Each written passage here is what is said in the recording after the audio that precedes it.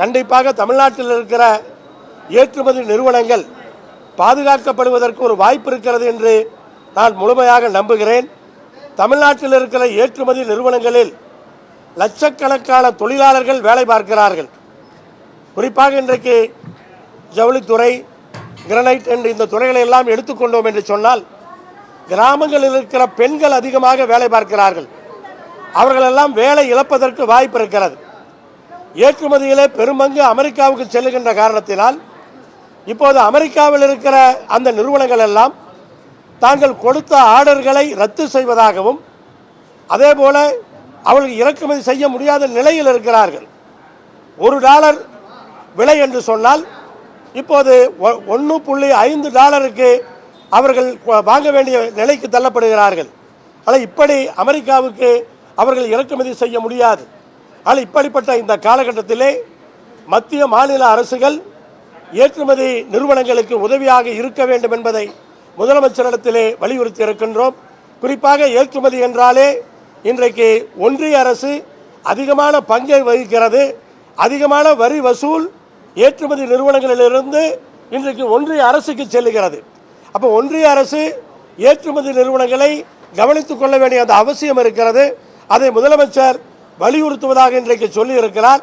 உதாரணத்துக்கு எடுத்துக்கொண்டால் அமெரிக்கா இன்றைக்கு அதிகமாக வரி விதித்ததற்கான காரணம் ரஷ்யாவிலிருந்து ஆயில் இறக்குமதி செய்ததுதான் என்று அமெரிக்க அதிபர் ட்ரம்ப் அவர்கள் ஓப்பனாகவே இன்றைக்கு சொல்லி இருக்கிறார். அப்படி ரஷ்யாவிலே ஆயில் இறக்குமதி செய்வதன் மூலமாக ஒன்றிய அரசு ஒரு மிகப்பெரிய தொகையை மிச்சப்படுத்துகிறார்கள். அப்படி மிச்சப்படுத்துகிற அந்த தொகை மூலமாக இன்றைக்கு பாதிக்கப்படுகிற ஏற்றுமதி நிறுவனங்களை அவர்கள் காப்பாற்ற முடியும். ஒரு உதாரணத்துக்கு இதை சொல்லலாம். இப்படி இன்றைக்கு அமெரிக்கா வரி விதித்திருக்கிறது. இதற்கு முன்பே ஒன்றிய அரசு ஏற்றுமதி நிறுவனங்களுக்கு இருந்த பல்வேறு சலுகைகளை எடுத்து விட்டார்கள்.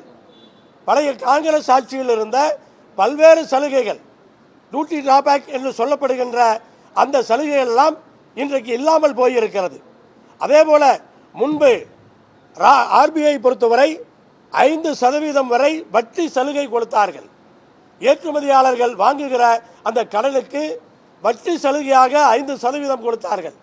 அதையெல்லாம் இன்றைக்கு முழுமையாக நிறுத்திவிட்டார்கள். இதுவெல்லாம் இன்றைக்கு சேர்ந்து அமெரிக்காவினுடைய வரியும் சேர்ந்து ஏற்றுமதி நிறுவனங்களை நடத்த முடியாத நிலைக்கு தள்ளப்பட்டிருக்கின்றார்கள்.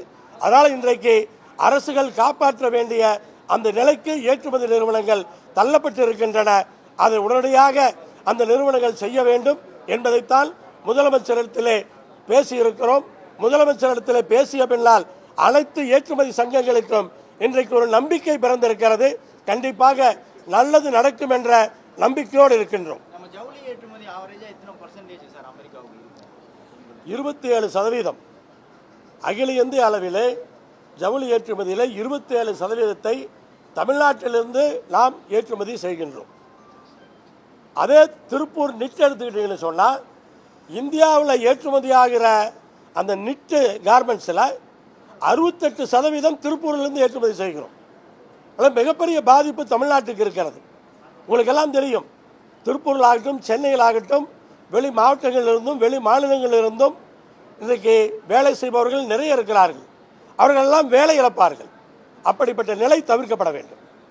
அமெரிக்காவு கூட இப்போ சமீபமாக சில மாதங்களாக முட்டை ஏற்றுமதி இருக்கிறதா சொன்னாங்க சார், அதுவும் இதனால பாதிக்கும். முட்டை ஏற்றுமதி, அனைத்து ஏற்றுமதிகளுமே அமெரிக்காவுக்கு ஏற்றுமதி செய்யப்படுகின்ற பெரும்பாலான பொருட்கள் இன்றைக்கு பாதிக்கப்பட்டிருக்கின்றது. முட்டையும் சேர்த்துதான். நாமக்கல் முட்டை ஓரளவுக்கு தனிப்பட்ட முறையிலே நாமக்கல் இருக்கிற நிறுவனங்கள் ஒன்று சேர்ந்து, அங்கிருக்கிற அசோசியேஷன் ஒன்று சேர்ந்து அமெரிக்காவுக்கு முட்டை ஏற்றுமதி செய்கின்ற அளவிற்கு இன்றைக்கு வந்தார்கள். ஆனால் இன்றைக்கு முட்டை $5 என்று சொன்னால் இப்போ 50 பைசா சேர்த்தாகும். அது $2,000 சேர்த்தாகும். $5 7,000 ஆகிடும். $5 7,000 ஆயிடுச்சுன்னு சொன்னால் எப்படி ஏற்றுமதி செய்ய முடியும்?